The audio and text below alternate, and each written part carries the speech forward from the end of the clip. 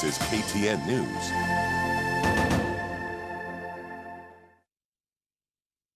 Nairobi, the city in the sun, is Kenya's capital and home to more than 100 international companies and organizations. What I like about Nairobi is the beauty of Nairobi itself, the natural beauty. I think it's the only city that has this beautiful park in the central, of the city. The adoption of the new constitution and the devolved system of governance has seen a lot of changes being realized in Nairobi City County under the able leadership of Governor Evans Kidero.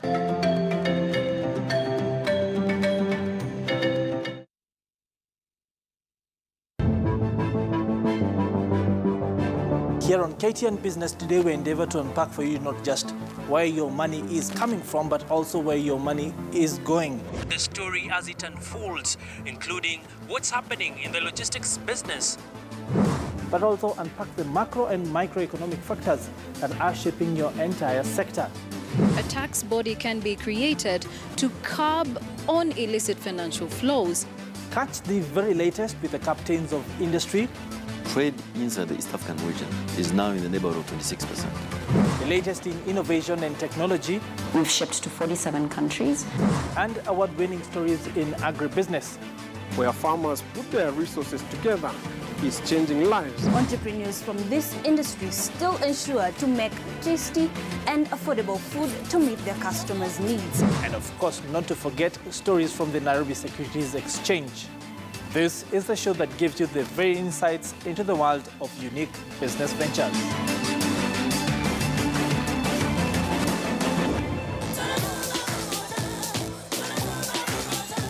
Celebrating our heritage, we are stepping into a bold new future. Join us. Telkom, moving with you.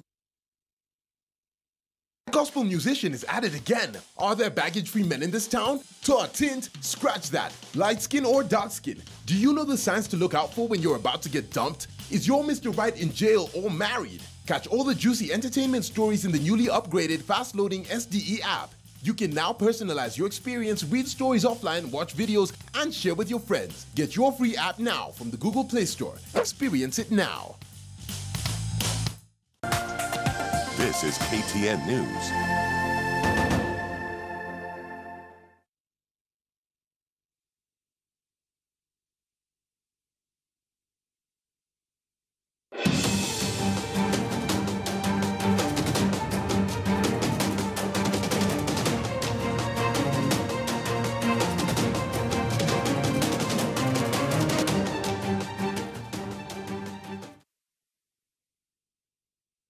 After counting the votes in the polling stations, the Independent Electoral and Boundaries Commission shall tally and verify the count and declare the result. End of quote. In the end, taking into account the very many views presented, the committee recommended that the Elections Act be amended to provide for the electronic transmission of the tabulated results of election for the president from a polling station to the constituency tallying centers and ultimately to the national tallying center. We find no fault in the determination of the High Court to the extent that Section 32, 39(2) and 3 of the Act and Regulation 87(2)(c) provide that the results declared by the returning officer are provisional, and to the extent that Regulation 83(2) provides that the results of the returning officers are subject to confirmation by the Commission, these provisions are inconsistent with the Constitution and therefore null and void. There is no merit in this appeal, which we accordingly dismiss. And because of the public interest nature of this appeal, we make no orders as to costs. Well, what you've just seen there is the ruling by the Court of Appeal with regards to the tallying centres. They've clearly made their ruling clear for all to see. Basically, they've upheld the decision made by the High Court earlier, indicating that presidential results will be announced at the polling centres and not at the national. It should be announced at the constituency level and not at the national polling centre. Something that some politicians have already started talking about. For instance, Devolution Cabinet Secretary, I shall not call him a politician, he is actually the Cabinet Secretary for Devolution. And this is what he had to say with regards to that. Hakuna vile tutakubaliana na uamuzi wa koti kwamba ati kura ihesabiwe na kura ya rais itangazwe kwenye constituency. Manake tukifanya hivyo ni kumaanisha wale returning officers wakiwa wamenunuliwa ama wawe na nia mbaya watangaze ile uchaguzi. Hiyo ni mambo ya kuleta fitina na vita ndani ya Kenya. Manake kabla hatujaamua kama ile uamuzi walisema ni wa ukweli ama urongo, Wakenya tayari watakuwa wakipigana. That's recipe for violence, for chaos in this country. Kwa sababu you are giving more powers to the returning officer. You are giving more responsibility to an individual. Na ikipitishwa kule, Mr. X azeme nitaongeza 10,000 juu ya hiyo kura. Alafu ifanyike kwa returning officers kama 20. That can decide a presidential vote. That court ruling is not in order and it must be contested in the highest court in this land. Well, as they say, once a politician, always a politician. It seems the devolution CS, Kyunjure there, still has some bit of politics in him, and he has waded into the issue with regards to the ruling that was made yesterday by the Court of Appeal. The presidential results be announced at the constituency level, not at the national polling station. And he has clearly indicated that they are going to enjoin IEBC this time round once, and they're going to basically appeal at the Supreme Court. Of course, it's something that I really want to hear your opinion on, because there have been reports, there have been sentiments, or shall I say assertions, that, IEBC and Jubilee have been basically communicating almost on this, in the same line. I have said here more than once that they have formed a tag team, a tag team against NASA. Let's look at this. This is a cabinet secretary who has nothing to do with both Jubilee and IEBC. When he speaks, he says we. Of course, he spoke in Kiswahili, but he used we. We are going to appeal. Does it mean Jubilee's cabinet is part of IEBC? Because this was an IEBC case. And more so, it shows desperation. It means Jubilee is desperate to find a way of manipulating the votes. And I can see where they're coming from. This is a team that got votes in the last general election that only slipped past the mark by about 8,000. And now you look at Vihiga alone, Mudavadi got 86,000 votes and is walked into NASA. And such a thing has happened in about 4 other counties in Western. And you can see Meru is walking into NASA. So this is an expression of desperation by Jubilee to get an opportunity to manipulate the votes during the next general election. When you're saying they formed a tag team with IEBC, the chair yesterday was very clear, saying that it's not about who won or who lost during that ruling. They just wanted an interpretation from the courts. And you know what that means? This is an interpretation that was already made in the High Court. What that means, IEBC had already accepted the verdict of the court. But here, in this case, the Court of Appeal. Yes, but here is a politician come cabinet secretary, that is not supposed to happen in Kenya today, saying they are going to go to court. And I said here before that government agencies are giving IEBC the direction to take in every issue. Because once Kyunjuri has talked like that, it is now incumbent upon IEBC, because they are in a tag team, now to go and reappeal this thing at maybe the Supreme Court. I'm sure it's just a matter of time before that particular issue finds its way into the rally in Vihiga. We're going to wait for that, of course. So, Hassan, you want to bite into it as well? Yeah, I mean, it's interesting that, you know, I remember at one point William Ruto saying that we could even make Mudavadi the IEBC, you know, chairman, and we'll still win. So that's a level of confidence that is unprecedented. But when Kiunjuri is speaking and is talking about returning officers, wamenunuliwa, you know, and then, you know, returning officers basically altering numbers here and there. I think Jubilee itself does not seem to have, you know, the confidence that it's been displaying for a long time, saying that the IEBC is, you know, credible, it's been prepared, you know, they have been on this defensive mode of the IEBC.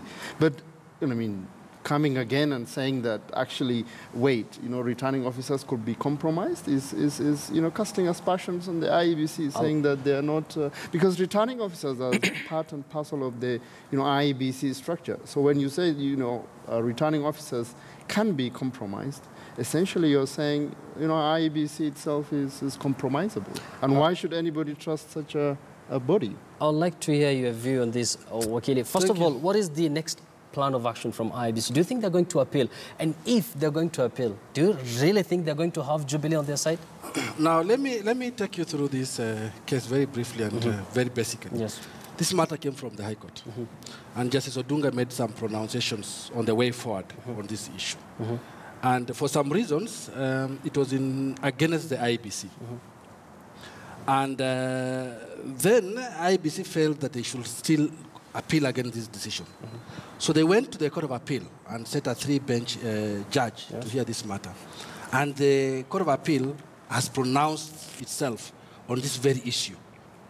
Now, legally, as we speak right now, as we sit here right now, the matter or the decision is been upheld, and it should be done as High Court ruled and as the Court of Appeal ruled. Now, that's as of now.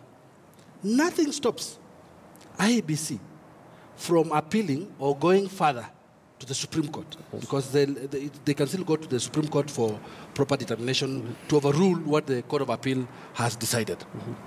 Now, I don't see where politicians actually come in now. Because when you see a cabinet secretary talking about we do not agree, and the 3 politicians that spoke after him, they are speaking with their right of participating in an electoral process. So it's their right to speak. But legally, you can see that they are not sound, and legally they are completely, they don't know what they're saying or what are they talking about. Because this is a dispute between IEBC and one of the coalitions in the electoral process. So what IEBC now can do, and if I read yesterday's paper and the briefing by the chairman of IEBC, he said, by the way, it was not about a win or a lose. This was about legal interpretation. Remember, that's a lawyer speaking. This was about a legal interpretation. And now we've been given the legal interpretation of this matter. So unless IEBC now files an appeal, then the law is as it has been decided. However, you have to remember that IEBC is an independent institution. And the independence of IEBC is embedded in the Constitution as well as in the IEBC Act. There's nowhere in those 2 laws that mandates an opposition party or a ruling party to dictate to IEBC what they ought to do or what they ought not to do. So it's not the responsibility of politicians to get engaged in this debate. Speaking of legal interpretation, this is a ruling that was made by the High Court. Correct. Later on, the Court of Appeal upheld it. Correct. Do you really think it's right for the electoral body? Perhaps they've not yet made clear whether they're going to appeal it in the Supreme Court. Do you think it's right for them to appeal yesterday's ruling at Supreme Court, and perhaps at whose interest? But even from their own speech, they were seeking legal interpretation of the scenario, and they got it. And they now from said, 2 courts. Yes, and now they said we've got it. But if they would move to the Supreme Court, then you ask yourself, what irreparable damage they would get if the whole thing is upheld the way it was upheld by the Court of Appeal? What irreparable damage would they suffer? That is why I keep on saying that there's some desperation in Jubilee to find a way of manipulating the votes come August 8th.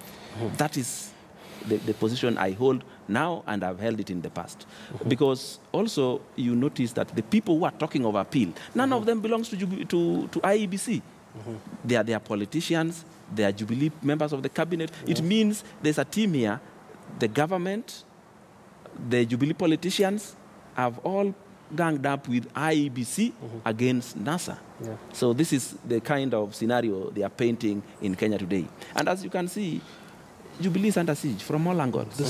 Before you come in, Wakili, just to just give our viewers a feel of what is happening on our screens. Those are live pictures coming away from Maua in Meru County, where the Jubilee Brigade, led by President Uhuru Kenyatta and his deputy, William Ruto, going, of course, to address the people of Maua, I believe, shortly. Jeff Kirui is going to join us shortly and tell us more on what is exactly happening there. What are some of the agendas that Jubilee has for the people of Meru? Remember, this is an area that is well known or perceived to be a Jubilee stronghold, but we've seen a very interesting twist, if I might say. You know, the NASA outfit were there last week, and going by the numbers of the people who attended that political rally, things might change perhaps. And just to tell us more on what people are feeling on the ground, or just to give us a pulse on the ground, we're now joined by our reporter Jeff Kirui.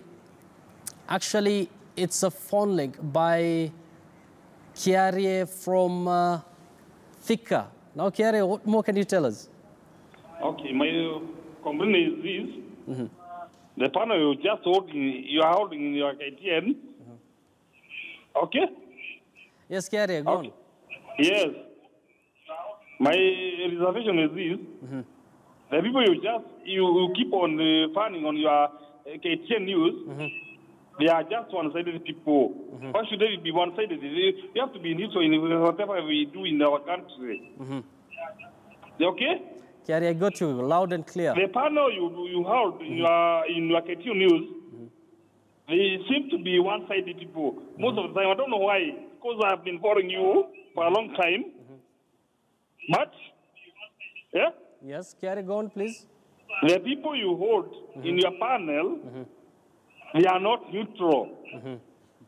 So you have to balance that, because they have to be balanced, because there is a Jubilee. Kiarie, what point do you have? How can you contribute to this discussion, perhaps? My point is this.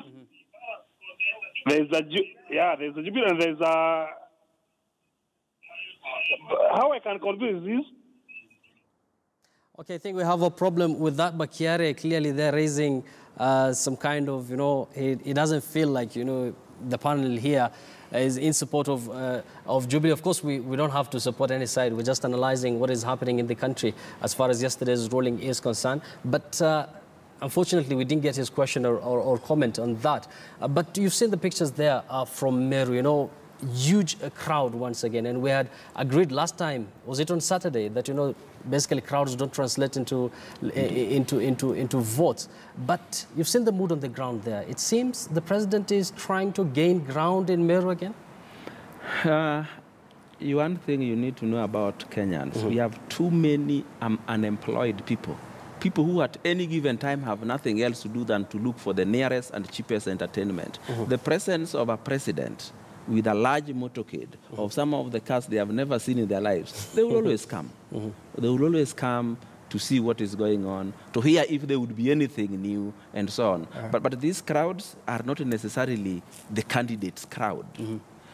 Okay, more often than not, they would come if they like you. But the size is dependent on how many people are idle at that given time. That means those 1 million plus jobs didn't come. Yes. One day they will, I hope. No, Wakili, you've had that call. Actually, he raised a very important point. You know, people have been saying, you know, there are media houses which are inclined towards a certain political side. Actually, as a KTN, we've been bashed by, let's say, those from the NASA outfit. And there you get another caller who is saying that he's a Jubilee supporter and that the panel is pro-NASA. Do you think the campaign is almost hitting fever pitch? Do you think this is as a result of that or what? I think it's the right of the caller to complain because we look at things from a very myopic way of looking at things. And as an analyst, I think what we are concentrating on are the legal provisions and interpretations that has taken place. And basically we are talking about and expounding what the court said. So I don't see where any one of us has taken taken aside in terms of any political affiliation.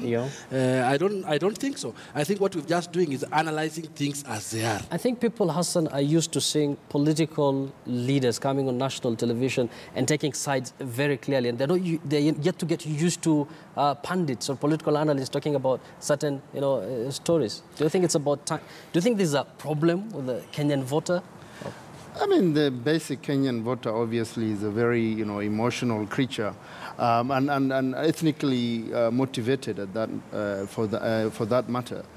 So, I mean, I'm not surprised that people call in to say that, when you even put in like a provocative argument to say that, for example, Jubilee cannot marshal the numbers that they need to get the national sort of threshold, then people start saying, okay, I mean, you're anti-Jubilee and all that. Sometimes you're just trying to put across a point and saying that it's an uphill task, for example, for Jubilee to get 2 out of 4 governors in certain parts of Western Province.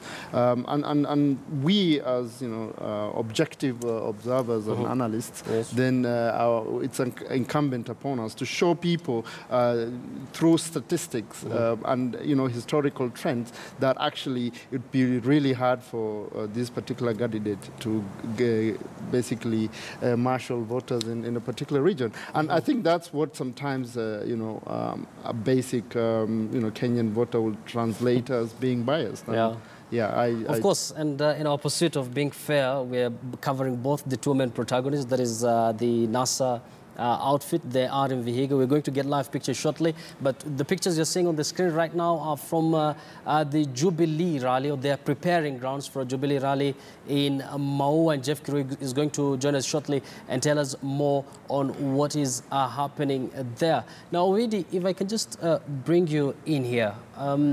Again, Raila Odinga in Vihiga.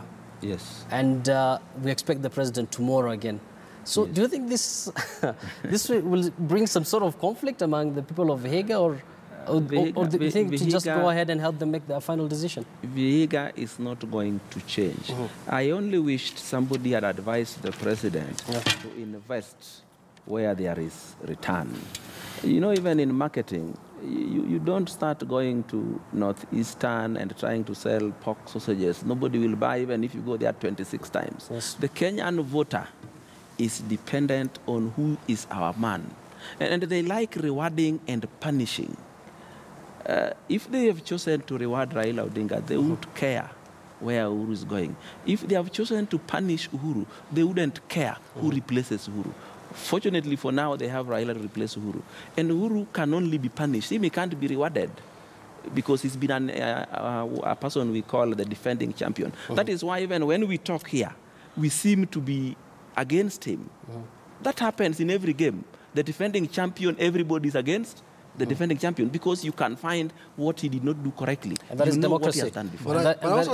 I also think it's a very smart idea, extremely smart idea, and whoever is advising the president, he's advising him well, or his lieutenants are listening to analysts arguing these things. Because him going back to Vihiga is a gaining ground for him, in the sense that he knows that's not his stronghold, but he must go there. But remember last time we spoke about numbers change, and things change day and night. And so politics is a game of numbers. And you can never, therefore, assume that I should not go to a certain region because I've already lost. Actually, you should go there.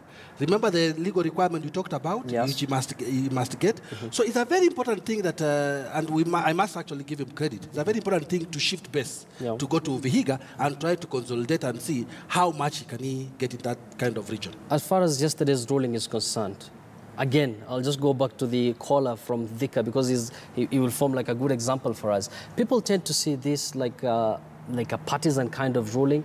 For example, the local dailies today had mentioned that a certain individual, Raila, won. I don't know who lost. And the IEBC chair was very clear, saying this is not about who won or who lost. It's about getting an interpretation. We are talking about 2 courts here. I mean, we have the High Court and the Supreme Court and all that. But we also have the Court of Public Opinion, where this contest has been, projected as if it's NASA versus Jubilee, where NASA is basically fronting a particular position and saying that, for example, the results should be announced at the constituency level. So if Jubilee was supporting, IEBC's position that, the results should be announced at the National Tallying Center, and then NASA comes in and says, no, we should announce this at the constituency level. And when, that ruling is made and, the court decides, okay, we're actually going to do it at the constituency level, regardless of, what the judges tell us that this is an interpretation, it's not, because clearly Raila Odinga's position has, trumped the other one. And he would be more than happy to make, political mileage out of it, that, but and say that, look, we are actually in the winning mode. Already we are winning cases. We have taken two cases to court, and we have, already scored. So, but before we take a break, Wakili, clearly Hassan has mentioned that Raila is taking advantage of all this. Do you think it is really his win, or it's a win for democracy, perhaps, or for Kenya? I don't know how you'll term it. First of all, it's a win for the three activists who are representing, who went to court in this issue and representing Kenyans: Maina Kiai, Khalifa, and the rest, and Tirop Kitur. That's a gain for them, because it came from a human rights movement. But of course, NASA has to take advantage of this. Yeah. But there's one thing that we are failing to understand, and which I have to make it very clear what the law says. What the High Court and the Court of Appeal was deciding is how the tabulation at the constituency level will be done, and the announcement of the results at the constituency level. Remember, we have 290. Now, let's only zero in on the presidential election. So on the presidential election, what the law says is that you have 290 constituencies. And in all these 290 constituencies, presidential results will be announced. What the Court of Appeal is saying, the presidential results will be announced at constituency level. Now, what if, for example, in Kiminini constituency, where I come from, if, for example, the president one of the presidential candidates gets 60 votes in Kiminini constituency, those 60 votes will be declared in Kiminini constituency. But remember, IEBC is not removed from the responsibility, because for the purpose of a presidential election, the returning officer of the presidential result is the chairman of IEBC. What it means, when the results will come from Kiminini, it will come to at 60. We agreed, for purpose of argument, 60 votes, presidential elections. It will come to the National Tallying Center, which will be at KICC. Once it comes to the National Tallying Center, then and only then will the chairman of IEBC announce the results. What the court is saying, that yes, it will follow that, but the results announced at the constituency level should be the same results which will be announced at the National Tallying Center by the returning officer. Because for a presidential election, the returning officer is you cannot get a result without the IEBC chairman announcing. So nothing is going to change. What is actually changing is the fact that you will not have manipulation taking place.